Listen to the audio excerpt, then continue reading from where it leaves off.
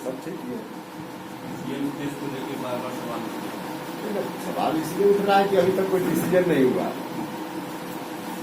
Decision जिस दिन हो जाएगा उसके बाद सवाल नहीं उठेगा। आगे भी तो करें कि हम देश के चुनाव लड़ें। अलग अलग पार्टी कह रही है अपने बारे में, तो उसमें दिक्कत क्या है? सब कोई चाहता है कि हमारी पार्टी का लीडर फेस हो, तो उसमें कोई दिक्कत भी नहीं है। लेकिन कलेक्टिव डिसीजन होगा, डिसीजन के बाद फिर सब लोग एक स्वर में बोलेंगे। कोऑर्डिनेशन समिति की मांग बराबर उठ रही है, लेकिन अभी तक बना नहीं है कोई। हाँ बिल्कुल, निश्चित रूप से ठीक बात आप बोल रहे हैं। तो कोऑर्डिनेशन कमेटी भी बन जाएगी और कोऑर्डिनेशन कमेटी ही सारी चीजों को डिसीजन में लाएगी ना। आपको लगता है कोऑर्डिनेशन कमेटी बन जाएगी? हाँ 100% बिल्कुल बनेगी कमेटी। कब तक? अब कब तक मतलब जब चुनाव के पहले तो बन ही जाएगी ना। आरजेडी ने साफ किया है परसों जम्मू में कि अगर तेजस्वी चेहरा होंगे सीएम के तक इनको रहना है, मांगा रहे इनको नहीं रहना होगा। सवाल इस बात का नहीं है कि जमुई में, बांका में या कहीं बाहर में कौन क्या कहता है। जिस समय वार्ता होगी, जिस टेबल पे सब पार्टी के लोग बैठेंगे बातचीत करने के लिए, उस वक्त विमर्श होगा और विमर्श के उपरांत फिर डिसीजन लिया जाएगा। अभी जब तक नहीं डिसीजन है तो स्वाभाविक है लोग बाहर में बोलेंगे। तो इस दृष्टि से किसी का बयान आता है, वरना सब लोग बैठकर डिसीजन करेंगे, उसके बाद बयान नहीं आएगा। प्रेशर पॉलिटिक्स तो नहीं है। देखिए प्रेशर पॉलिटिक्स क्या है, लेकिन अब प्रेशर पॉलिटिक्स भी कोई पार्टी अगर करती है तो उसमें भी क्या ऐतराज है। प्रेशर पॉलिटिक्स तो कोई ऑब्जेक्शनेबल चीज है नहीं। और कोई परिवार में जहाँ रहता है, 5 भाई है तो 3 भाई मिलकर के एक अलग प्रेशर के लिए कुछ गार्जियन पर उसके लिए कुछ एक्टिविटी करता है। तो प्रेशर पॉलिटिक्स भी यदि है तो कोई आपत्तिजनक नहीं है। ज्यादा से ज्यादा सीट मिलेगी। स्वाभाविक रूप से रहता है, हर पार्टी चाहेगी कि गठबंधन में हम हैं तो अधिक से अधिक सीटों पर हमारी पार्टी लड़े। वो हर दल के लोग चाहते हैं, तो उसमें कोई ऐतराज नहीं है।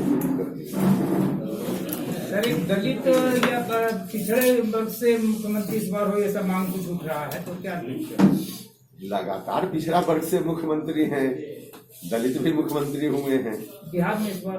बिहार में ही, बिहार की बात हम करें ना, अभी भी तो पिछड़ा वर्ग से ही मुख्यमंत्री है। लेकिन सवाल पिछड़ा दलित का नहीं है, बिहार बर्बाद है, यह बड़ा सवाल है। अब पिछड़ा कहने के लिए नीतीश कुमार जी पिछड़ा हैं, लेकिन 15 साल में कहां बिहार को ले जाकर उन्होंने छोड़ दिया। आज जो प्रवासी लोग हैं, मजदूरी करते हैं दूसरी जगह, आप उनका अगर सरकार सर्वे करा ले तो अधिकांश उसमें दलित और पिछड़े ही होंगे, जो पैदल चलकर हजारों किलोमीटर दूर से महिलाएं बच्चों, छोटे छोटे बच्चों को लेकर आई हैं और किस तरह से उनका जीवन संकट के दौर से गुजरा है, सब उसमें अधिकांश लोग दलित पिछड़े होंगे। तो मुख्यमंत्री कोई दलित पिछड़ा हो इसका अर्थ नहीं है। अर्थ यह है कि काम वह क्या करता है, रोजगार का, नौजवानों के सवालों का हल, शिक्षा का, स्वास्थ्य का, इन सवालों का हल आखिर कब निकलेगा। हम पिछड़ा, दलित और अपर कास्ट, बैकवर्ड यही करने में रहेंगे या फिर बिहार का विकास भी होगा, यह बड़ा सवाल है। महागठबंधन में सर सब कुछ ठीक ठाक चल रहा है? हाँ बिल्कुल ठीक ठाक चल रहा है। मांझी जी का झुकाव एनडीए की तरफ ज्यादा देखा जा रहा है। अरे आपकी नजर में होगा, आपकी नजर में होगा, कोई झुकाव की बात नहीं है। अभी हमने इस सवाल का जवाब दे दिया कि जब तक गठबंधन में विमर्श करके चीजें तय अंतिम रूप से नहीं हो जाएगी तब तक इस तरह का बयान आते रहेगा। लेकिन जिस दिन तय हो जाएगा उसके बाद बयान नहीं आएगा। पप्पू यादव ने इधर 2 दिन पहले बयान दिया कि चिराग पासवान सीएम के चेहरा होंगे।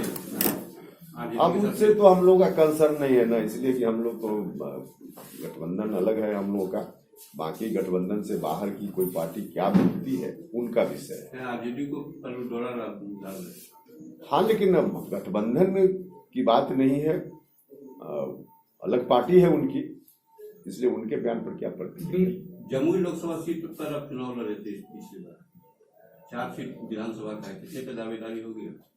अब दावेदारी जहाँ करनी होगी, इस तरह की दावेदारी मीडिया के माध्यम से नहीं की जाती है। जहाँ टेबल पर बैठेंगे बातचीत करने के लिए हम लोग, वहाँ का विषय है। मैंने एकाध सीट है, हमने कहा कि विषय यहाँ का नहीं है चर्चा के लिए, यह विषय है जहाँ टेबल पर बैठकर हम बात करेंगे, वहाँ का विषय है। दीपक सर, निशाना हमेशा साध रहा है कि महागठबंधन में सब कुछ ठीक नहीं है, और खास करके राजद और कांग्रेस का जो क्रियाकलाप उसके वजह से, तो महागठबंधन में क्या देखते हैं स्थिति दोनों का, राजद और कांग्रेस? या हम तो कह रहे हैं कि जब तक कुछ चीजें हैं तय नहीं हुई है तब तक इस तरह की बात चलेगी, लेकिन चीजें तय हो जाएंगी और उसके बाद सब इस तरह की बात बंद हो जाएगी। इसलिए कोई उसमें बहुत चिंता करने की जरूरत और पार्टियों को तवज्जो दिया जा रहा है, क्या बोल रहे हैं? और पार्टियों को राजद या हाँ कांग्रेस को बिल्कुल, तवज्जो वो दिया जा पार्टी, रहा है। हाँ बिल्कुल, जिसका जो जनाधार है उसके हिसाब से। अच्छा, कहना चाहेंगे कि जो बयान था पप्पू यादव का, वो दलित सीएम का चेहरा बताना चाहते थे, क्या इस पर रिएक्शन होगा आपका? हमने कहा है कि पप्पू जी की पार्टी हम लोगों के गठबंधन से अलग की पार्टी है, इसलिए आज की तारीख में उनके बयान पर कोई प्रतिक्रिया देने की जरूरत मैं अपनी ओर से नहीं समझता। तेजस्वी को भी तो मानने को तैयार नहीं। इसका जवाब हमने दिया है कि भाई अलग अलग पार्टी अलग भाषण में बाद में आते हैं तो उसी सवाल को दोहरा देते हैं। इसका जवाब हमने यह दिया है कि अलग कई पार्टी है तो स्वाभाविक है सब पार्टी के लोग चाहेंगे कि हमको ज्यादा से ज्यादा सीट मिले, हमारी पार्टी का लीडर फेस हो जाए, चेहरा हो जाए, सब पार्टी के लोग चाहेंगे।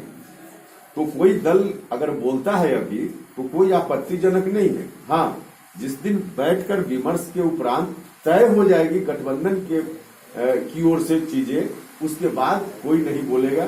तब तक अगर कोई बोल रहा है तो कोई एतराज नहीं होगा। अगर कोरोना काल में इलेक्शन होगा बिहार विधानसभा का, वैसी स्थिति में भाजपा अपने आप को अधिक टेक्नो मजबूत मानती है, स्ट्रेंथ मानती है, वैसे में आप लोगों के समक्ष इस चुनौती को लेते हैं कि आप लोग भी वर्चुअल मोड में आगे इलेक्शन की कैंपेनिंग करें? टेक्नोलॉजी की मजबूती के आधार पर चुनाव जीता नहीं जाता है, जनता किसके साथ है उसके आधार पर चुनाव जीता जाता है।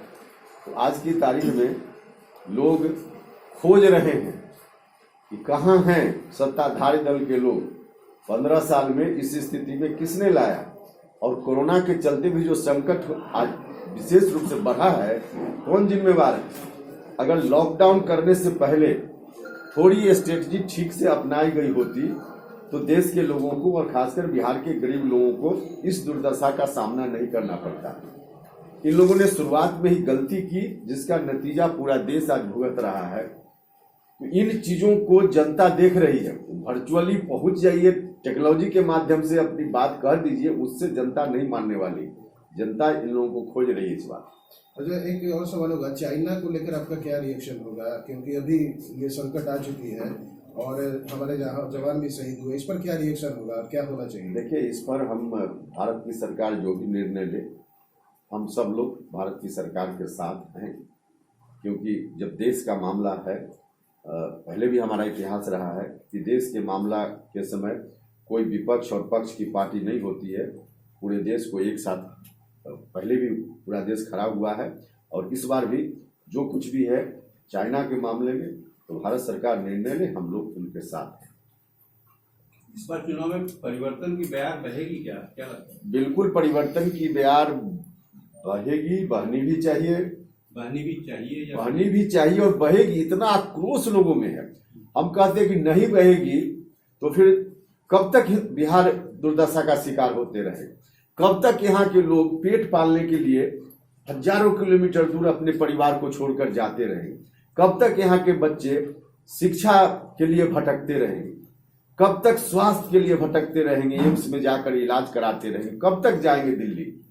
इन चीजों का निदान क्या बिहार में नहीं हो सकता है? तमाम चीजें बिहार में हो सकती है अगर सत्ता में जो बैठे हुए लोग हैं उनकी इच्छा शक्ति मजबूत हो। अब 15 साल में जो भी नीतीश कुमार जी को दिखाना था इन्होंने दिखा दिया और निदान नहीं निकाल पाए तो जनता परिवर्तन करेगी, यह पक्का है। जमुई आने का मकसद, जमुई आने का मकसद, एक तो कार्यक्रम हमारा बांका में था, वहां गए, और यहाँ फिर अभी हम जाएंगे सोनो। वहां एक लड़की के साथ बलात्कार की घटना हुई है, बहुत ही दुखद है, दर्दनाक है। आज के समय में सभ्य समाज यदि हम अपने को कहते हैं तो ऐसी घटना नहीं होनी चाहिए, लेकिन फिर भी हो रही है और हुई है तो हम जाते हैं वहाँ, देखेंगे क्या है।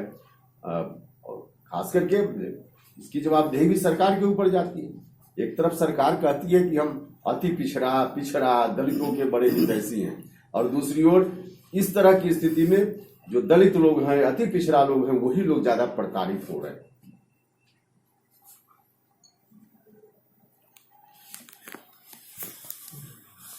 और सरकार इसमें ऊपर से कह रही है कि ठीक है छूट मिलेगा, ये मिलेगा, लेकिन कुछ आ नहीं रहा है फैसला, और इससे काफी टेंशन में है लोग गार्जियन। अभी तो सरकार को नहीं सब करना है, तो सरकार ने तो पूरा हाथ उठा दिया।